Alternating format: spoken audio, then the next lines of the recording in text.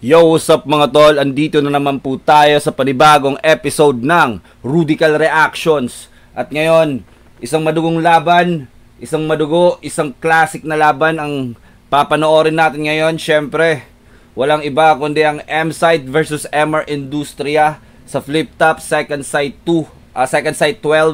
Ayan, shoutouts parate kay Boss Arik at sa buong Flip Top, more power parate. Ayan, mabuhay ang Filipino hip hop. Ayan, ngayon, hihimayin natin ng konti, magiging judgmental na naman tayo ng sandali, mga tol. Ayun, enjoyin lang natin at kung ano yung masasabi ko, kung ano yung kalalabasan, base lang din to sa abot ko. Ayun. Ayun mga tol. Tsaka maraming salamat sa mga nag-subscribe. Napansin ko, gumagalaw yung natin, subscribers natin.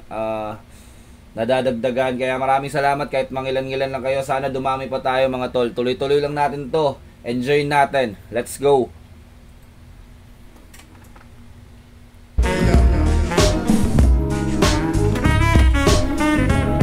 Wala talagang makakatalo sa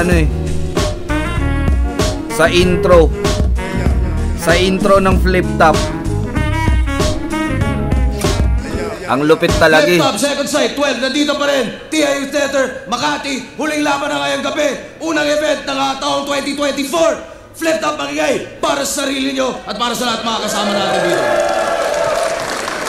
Shoutout sa lahat ng mga represent collab, shoutout sa Buenas, sa TMT VIP at sa lahat ng MCs na bumubuo na liga. Siyempre Flip Top staff palagi.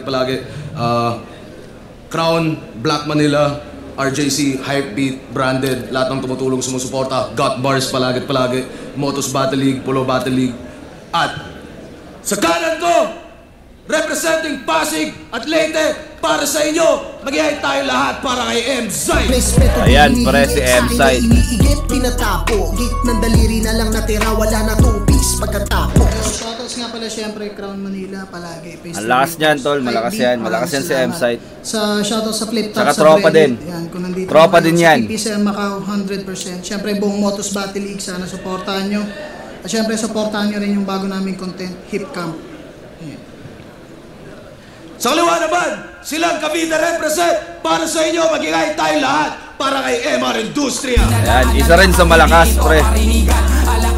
Ito si MR Industria. So kung napapansin natin mga tol, no, malayo yung kaibahan ng character nilang dalawa. Ngayon, tignan natin paano mag-i-style clash itong dalawang to. At shoutouts nga pala sa mga 1 Minute Luzon na kasama natin dito ngayon. Mga bagong abangan nyo sa liga. Nanalo ng coin toss si M-Sight. Pinili niya mauna si MR Industria. Non-tournament battle to. Ayan, pakinggan natin ang round 1 ni M-Sight mga tol. 2 minuto dapat. 5 ang hurado natin. Pakinggan natin unang banat, Second Sight 12. MR Industria, round 1 ni MR. Bakit? Anong nasa isip nyo? Iniisip nyo kung anong nasa isip ko? Ang nasa isip ko'y wala kang isip. Letrahan mo para lang sa mga mangmang. Isa ka sa punot dulo, kaya ang teatrong pugutan ng ulo ay naging peryahang masangsang. Damn. Wala kang... Damn. Hinto natin mga pre. Simula pa lang, suntok na kaagad. Ang lakas nun. Bilang opener ni MR Industria. Ngayon pakinggan natin kung magtutuloy-tuloy ba. Isip M-Sight, masisiba ka ngayon ng sibik at kultura at agham. Sobrang liit pa naman ang bukabularyo mo at ang bao mo'y pinamamahaya na lang ng langgam. Damn. Tapos ito ang estilong kinaugalian na ginahas at gasgas na gasgas na gasgas na gasgas na gasgas na gasgas na ng marami. Ito ang inyong estilong kinaugalian na ginahasa na ng marami. Mga baduy kayo, sabi ni Rame. Hindi na dapat pang dumami ang mga nangangating mga baduy kayo, sabi ni Rame. Si MR, kung nasusundan nyo mga tol. Rame. Hindi na dapat pang dumami ang mga nangangating mga palad ngunit naghuhugas kamay. Kunwari, sasalaksakan kita ng maka, lumang panitikan, total wala ka namang maka, bagong nasasabi. Taimtim kitang kakatayin dyan sa lugar mo komportable. Kokonektahan kita ng morpemang ang kuryente ay doble-doble. At kung sasabihin mong hindi ito rekta, ay mahina na ang iyong kable. Damn. Flip top game! Game! Kanina pa. Damn. Kaso yung tornilyo ni M-Site, kalawangin na, hindi na mapihit. Sobrang bagal ng evolusyon mo sa paglaki ng ulo, pabata naman ang isip. Sa kakarampot na salita, paikot-ikot lang, paulit-ulit-ulit. Nagtandaan at nag-idara ng mga linya, ganon ka pa rin gumuhit. Huwag ka nang umukit, hindi ka bumabakas. Pangunahing tauhan nyo, mauuna pa sa pangwakas. Nasa pulso ka magsulat. Nasa pulso to magsulat, rima ko tagalaslas, taga-tahika ng rima, boses ko ang taga-sastas. Taga-Cavite ako'y sadyang matayog aking balangkas, na kahit ikaw ay nasa taas, aking maibababa, balangkas. May nag-iisip ng ererebat. Damn! Ang galing! Ipapaalala ko lang ha, ako ang salamin, refleksyon ako ng iyong bawat isusumbat. Titulo, shing! Kayamanan, shing! Kasikatan, shing! Karangalan, ikaw po yan lahat. Pero aklat ko ang binabasa ng kaapu-apuha mo sa hinaharap. Damn! Salita ko ang sandata nila sa mga tao mapanakit. At tulad mong mapagpanggap, nais mo silang tulungan. Tumigil ka na mag-rap kasi ang sarap neto ratratin. Kasi tama ko masasama mong balak. Katawan mo'y pagpuputol-putulin at pipigain hanggang sa huling latak. At ibuboro hanggang maging ganap na to na alak. Ano bang ginagawa mo dyan, Enigma? Po, pwede mo na tong itulak. Damn!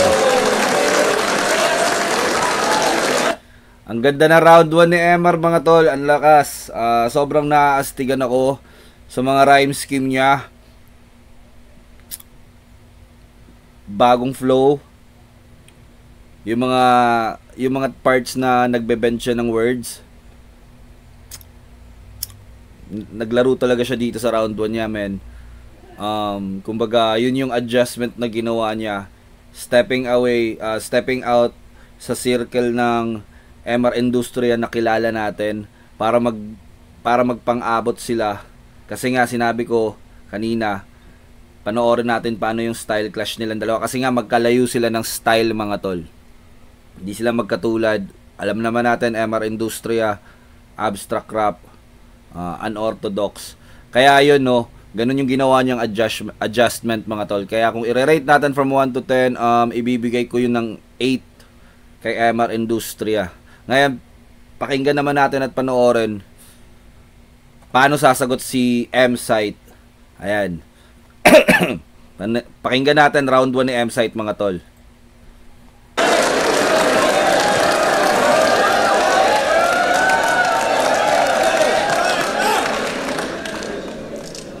Magaling. Kaso ayun na yun, yung sulat mo, naging peryahan lang naman tong entabladong to nung dumating yung leon na katulad ko. Damn. Sabi mo sa laban mo kay, anong pakiramdam ng panghuling laban? Nakakabagot? Nakakainip? Ano ang kahulugan? Ito ang sagot dyan. Andito ka na sa level kung saan magkakasubukan kung tunay bang may kabuluhan o baka naman hindi lang dinadalaw ng antok kaya nagkakagulo yan. Ngayon magkakaalaman kung kaya mo bang lumikha ng ingay sa oras ng tulugan. Hindi mo ba natunugan? Ako ang pumili ng labang to para malaman kung ang mga buto mo ay matitibay talaga. Kaso dinig ko ang tibok ng puso mo na ang himigay ka ba? Kaya hinihingi pa lang kita, alam kong bibigay ka na. Ang lakas ng intro ni M-Site. Naastigan ako kung paano niya i-describe yung style ni M-Site sa loob ng 2 bars. And to carry on, paano siya mag-a-adjust nga, no? Ayun, simula pa lang ng round 1 ni M-Site, mga tol, pansin na natin na nag-step out din siya sa usual na style niya. Nag-extend siya ng konti para abutin yung yung part ni yung part ng character ni MR Industria. At ayun, nagpapakita na kaagad ng stage presence, mga tol. Sobrang sandali pa lang nagsimula ng round 1 niya. Gusto mong malaman ang pagitan natin, ikay lumapit, halika. Kung puno ka ng pang-uri, yung sa'kin pandiwa. Di lang basta gamit ng riba, balakaret ng sima. Di ba susukat ang talas ng dila sa gamit ng wika, kundi sa lalim ng hiwa. 10 taon na akong narito, may ilan na rin humarap sa akin na napahamak. At sa kakahanap, ang natagpuan ko ay balon, may lalim na walang lawak. Tila isang kahig, isang tukang, nakayukot, nakanganga. Nagtrabaho ng 1 buwan para lang sumahod ng may mga kamaong nakasara. Gusto mo ng sunod-sunod na sapakan o kung gusto mo, sagpangan. Kaso mawawalan to ng reference pangalan. sa PSP. Dahil pagtapos, baka hindi nyo na makilala tong Ginoo sa aking kanan o kahit sa stilong kaliwaan, alam kong mainit PSP ka reference. yun. Kada laban PSP reference, mga tol. Itong Ginoo sa aking kanan in relation sa in relation sa sagpangan. may kapanapanabik ng araw. Kung apoy mo ay santel mo, ako'y palaging handa sa papalapit na araw. Kaya laging sayang lang ang mga naubos mong alak at usok. Balikan ang tinansya mo. Sa akin ka makipagsunugan ng baga, iiwanan kitang abo. Sunog, baga, abo, alam mo. Kailan may hindi ito magiging handa sa dilubyong daladala ko. Kung hangad mo ay kasikatan, pasensyahan, hindi mo na panahon to. Mas magaling, mas may napatunayan at narating ako sa'yo. Hayaan mo lang na magyabang ako. Dahil sa oras na tumigil ang hangin, ang lagay mo alanganin at nasa mata ng bagyo. Damn. Mahilig ka sumilip sa hinaharap, tama? Malakas. Hindi mo ba nasilip ang gabi mo? Kung saan may nakita kang silid, paulit-ulit ng katapusan, tila inutangan niyang hindi na inimik. Tila panaginip na hindi nakapikit, hindi makasigaw, nakatahikan niyang bibig. Sa duloy may lagusan at ako ang panaginip na hindi nakapikit. Kaya't wala nang nakaraan. Siya ay hindi nakabalik. Wala pero nang pagbibigyan nakaraan. kitang panandalian lingunin lahat ng alaala mo matapos kitang balian ng leeg. Nagkamali ka ng dinig. Inaasahan mo ba'y walang humpay na panlalait at komedya? Ako ay titigan mo ng mata sa mata. Malas mo at hindi ako naparito para magpatawa. Wala akong puntong ligaw, di mambubulahaw ng tulog, walang... Ayan, sinabi mismo ni M-Site no, na hindi siya pumunta dito para magpatawa. So, yun nga, stepping out sa kanyang usual style para mag-reach out siya sa style niya. Kasi nga, style clash nga to, di ba? Ang galing ng pinakita niya. Ngayon, panoorin natin hanggang sa matapos yung round 1 ni M-Site. Sisinuhing iba. Laman ng sulat ko'y purong ikaw, kaya hindi lang durog. Pipinuhin kita. Galingan mo. Man. Ang lakas ng round 1 din ni M-Site, man. Ayun. Nakikita naman natin yung ginawa niya simula ng round 1 niya hanggang sa matapos. Isang atake. Kumbaga, reaching out sa karakter ni MR Industria. At saka para pang may part nga na parang nakapagribat si M-Site dun eh. Yung sa pang-uri, pang-diwa. Kasi in relation din sa sinabi ni MR Industria nung round 1. Ayun, kaya kung i-rate ko ang round 1 ni M-Site, rating from 1 to 10, bibigyan ko rin siya ng 8. Tabla sila sa round 1. Ayun, pakinggan naman natin yung round 2.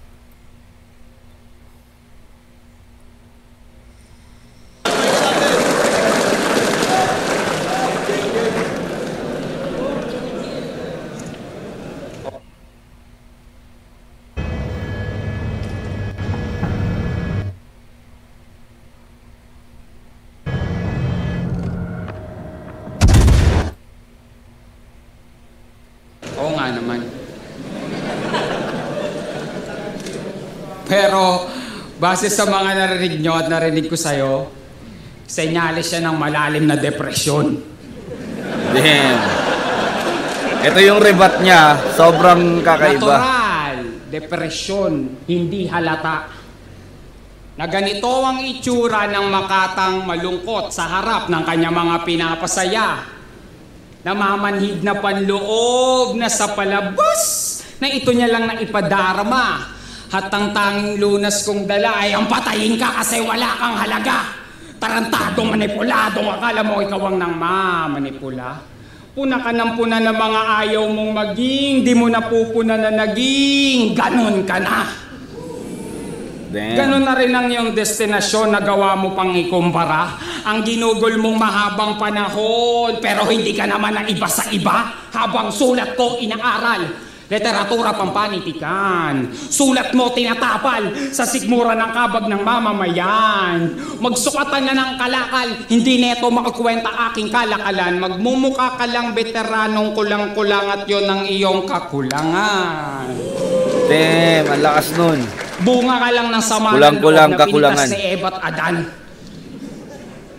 Ang kaso, bunga ka ng kamangmangan kaya hindi ka kinagatan. Itinapong na bulok, inugat tumayog, naging ganap na puno. Pinutol sinunog, inuling, naging lapis na mga estudyante ng ayaw matuto.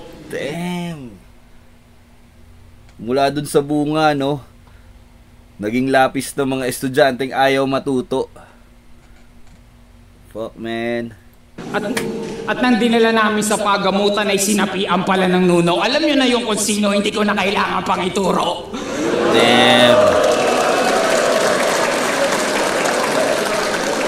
Bagos, iduduro ng iduduro ang sulating nakasistema. Yung pantig, dinig na dinig, kaparehot, kapareha. Nakakasukan at nakakasawa ang mga luto mong ibinibenta. Panlasang elementarya sa edad mo na 30, inang M-site yan. Ang bango pa naman ang pangalan mo. Ang lansa lang pag binabanggit. Ngalan ng Serene sa gubat na nais ni Sendlok mabingwit. Kaya naman pala may buntot, hasang at kaliskis. Nahuli sa sarili niyang bibig sa kakabungis-ngis. Pues magtitiis ka sa tistis na hindi nagmimintis. Pinong-pinong pang is-is, ninipis to kahit lumihis. Itong abnoy, bubuhusan ko to ng barnis. Sisilabang kita habang pinaghahataw ka pa ng arnis. At bigkis na nagbabaga mga bakala sa katawan mo ililingkis. Sabay ipapako kita sa krus nang maalala mong ikaw si Chris. That rhyme scheme, man. Yung rhyme scheme na yun, pre, ang lakas.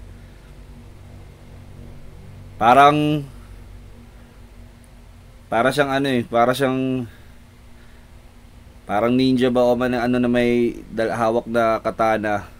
Paulit-ulit na ganun. Yung rhyme scheme niya, parang ganun yung atake. Kung i-imagine mo. Lakas, pre. Ayan, panoorin natin. Yun na pala yung... Yun na yung round 2 ni MR, pre. Ang masasabi ko sa round 2 na yon, kumbaga na-surpass niya yung round 1, mas malakas yung round 2 niya kaysa round 1 niya. And ang galing din ng pagka-perform niya, yung stage presence niya, ang lakas din. Siguro ibibigay ko yun ng 8.5. Ayan, from 1 to 10, rating from 1 to 10. Yung round 2 ni MR, bibigyan ko ng 8.5. Ngayon pakinggan naman natin yung round 2 ni M-Site kung paano siya magre-respond.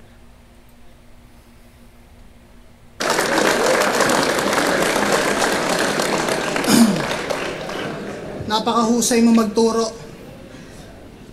Matalim ang diksyonaryo. Kaso nagkamali ka ng turo, maghanap ka na ng matinik na albularyo. Yung mga katulad mo ng estilong panglaban, puro na lang, ako ang. Mga alanganing bagsakan, kaya isa-isa nang nakomang. Para nga pa sa sining at masabing ikay higit na magaling sa kanila. Kaso nga lang kung madali lang mahambing, paano naging kakaiba? Purong Tagalog pero pagkatapos ng kada ikot, sisigaw ng time. Wag mo ikaila. Asa ng paninindigan doon? Nabali na yung dating di magiba. Nabali na yung dating di magiba. Tangina, gagamit ng mga hindi niya alam na salita, purong Tagalog, na may konting Ingles, walang isang salita. Mag-iipon na malalalim na kataga, tagpi-tagping pagsasamahin. Kung kaya't nagiging patapon, mali-mali pagkakasalin. Huwag nyo sa rima ibase, dapat may kalakip na imahe, kahit pa ilalim na dinali. Gato maging ibang klase, sa paggamit lamang ng tulay may naitawid na mensahe. Galit sa mga mababaw, na dapat ngay magpasalamat ka na lang at sila ay yakapin mo. Isipin mo na kung wala yung mga yan, walang basihan yung lalim mo. Masisisi mo ba ang ilan na kung yun ang napili nilang daanan? Sa mata mo'y kahinaan at kapintasan, samantalang isa ka sa naaambunan ng pakinabang. Komedya ang unang tinangkilik sa liga, tama? Mga panoong hindi pa kami nahanap ni Enigma. Hindi naman kami nagtatago. Kung saan bilang pa lang ang malalalim at mga lirikal na naglalaro. Hanggang sa unti-unti nang naging pantay ang pagtanggap at hindi na nagkalayo.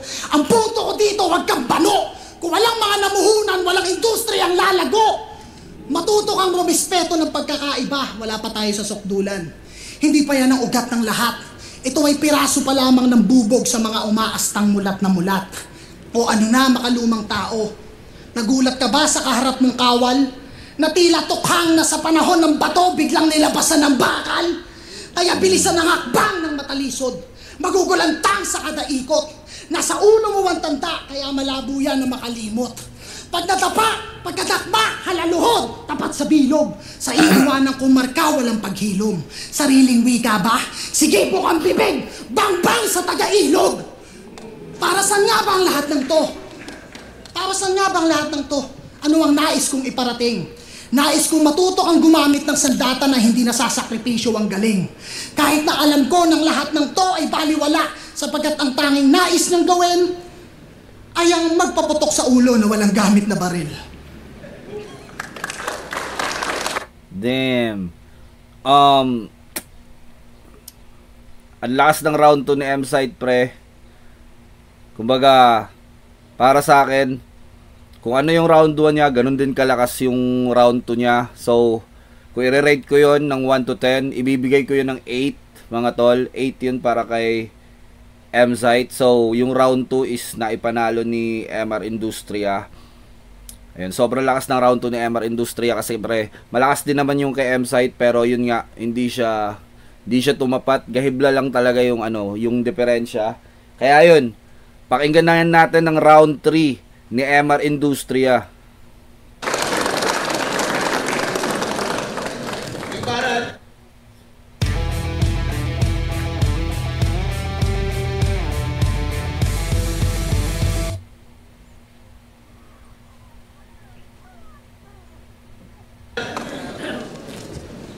Yan. Malit na ito. Diyan ka magaling. Totoo naman, nakita nyo naman, di ba? Diyan ka lilibing. Damn. Diyan ka nagkaroon. Diyan ka rin aagnasin. Pero, bago ang lahat, bungo mo ay bibiyakin. Kukunin ko ang utak mo nang wala nang isipin. At ang iyong kaluluway, isisilang na ikaw pa rin muli itong magaganap. Muli ko na namang babanggitin. Tamang bara sa tamang oras sa tamang bara. Tamang tao sa tamang lugar, tamang punyal, tamang pagtarak. Ng industriya ang batayang panlipunan pang ng hamak. Sumisining aking letra ay nakabubuo ng imahe sa utak, kaya nga nakapagtataka. Bakit nais mo kong gapiin? Ako ang iyong wika na dala mo kahit saang kadalhin. Nais mo kong pigilang lumago, muling gamitin at angkinin. Nais ko lang naman ay muli nyo akong mahalin. Pagkat ang alpabeto mo ay pangalan ko rin, nagkataon lang na isa ang squatting. Ako pala si MR. Teknikal ang material, materialis para teknikal. Spiritual, mamersonal, natural sa aking personal. Eto, nanliliit lang tong mortal. Yung susi ko'y malasusi sa mortal na mga mortal at ng mga lokal. Kaya plasma. Damn. Matagal na kitang napapanaginipan. Kino-call out niya si Plasma, pre. Niyuyurakan kita habang pinapaliwanagan ng totoong kadiliman. Damn. Wala ka sa dilim plus. Nasa lilim ka. Kaya Ayun. Nagigets ko na kaagad. Kino-call out niya si Plasma kasi nga gusto niyang siya yung nagke-claim na much darker character sa liga, sa mga MC. Isa siya sa pinaka-unorthodox. Syempre si MR Industria ngayon, sinasabi niya na mismo na siya yung embodiment ng whole darkness character. Ayan. Kaya kino-call out niya si Plasma. Kasi nga, known din si Plasma bilang horrorcore.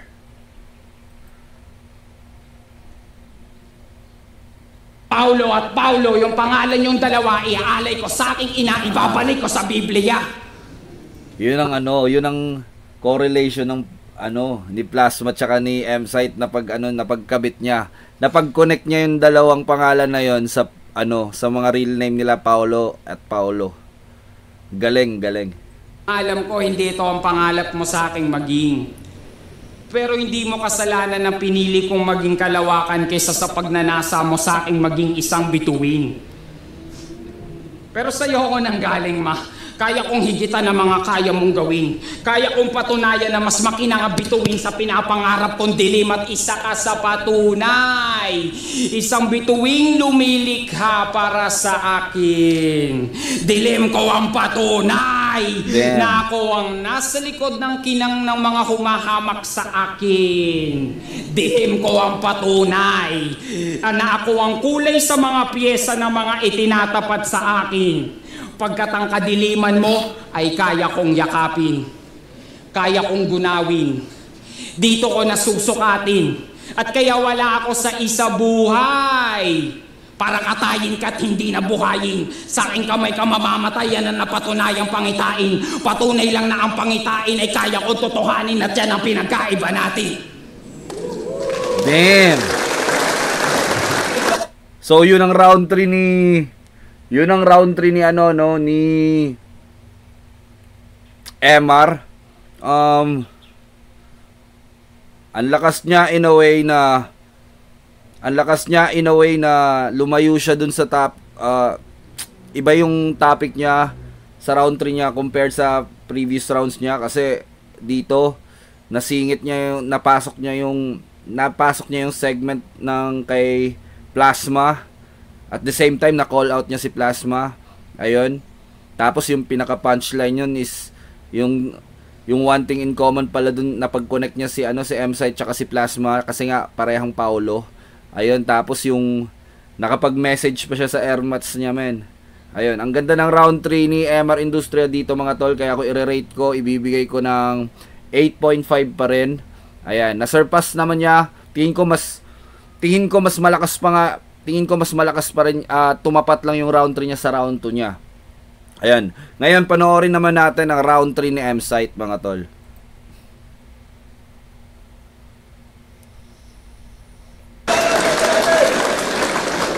Tapos ka na?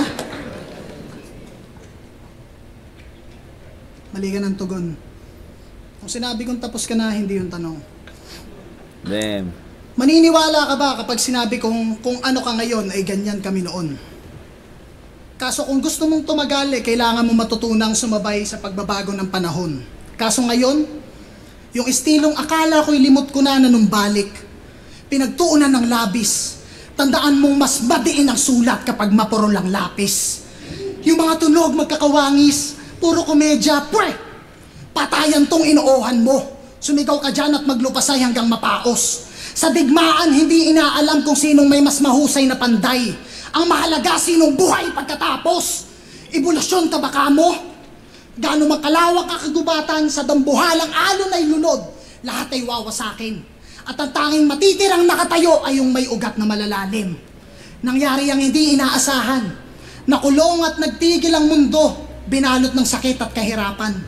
Pinilit na gawa ng paraan na maibalik ang mga laban. May salapi sa usapan. Pero hindi salapi ang usapan. Damn! Ang lakas nun, pre. May salapi sa usapan, pero hindi salapi ang usapan. Ang lakas nun. Balik na sa normal. Kumonekta yun. Balik na sa normal. kanya-kanyang pasiklaban, nagsisiga-sigaan. Hoy! Lumabas ka lang no may araw nang nasisilayan, pero nung panahon ng taglamig, kami-kami nagsilaban. Nasaan ka nung ang sinasakyan mo muntik na mahulog sa bangin dahil may problema sa pagtakbo? Nakatulala ka lang. Di ka man lang kumuha ng pangkalso. Enigma, wag naman sana. Sakali na ang industriya ay muli mang maging putang ina mo, walang iba, kami-kami pa rin ang sasagip sa'yo. Malutong ba? Malutong ba? Yan ang kaisa-isang murang na isulat ko. Ngayon mo sabihin na wala akong pagmamahal sa kulturang to. Sige kayo na, mga pinakamalalim, matalim, nakakaaliw, at mga nararapat na idolo. Di ko kailangan bigyan ng titulo pangalan ko, yung pangalan ko nasa lahat ng titulo. Sapagkat kung ang tunay na buhay may basihan at sukatan ng husay, nagawa kong isa buhay. Isa ka lamang sa mga halimbawa, isa ako sa patunay. At sa paglipas ng mga taon, ay may malaking pinagbago na. Nasa palaliman ka pa lang, gumagawa na ako ng bangkat, tumatawid ka bilang ibayo pa. Pero hindi ibig sabihin yan na ikay mahina. Sadyang paghinambing lang ay tihado ka. Nagpapatalas ka pa lang ng talim, hinahasa ko, ibang tao na.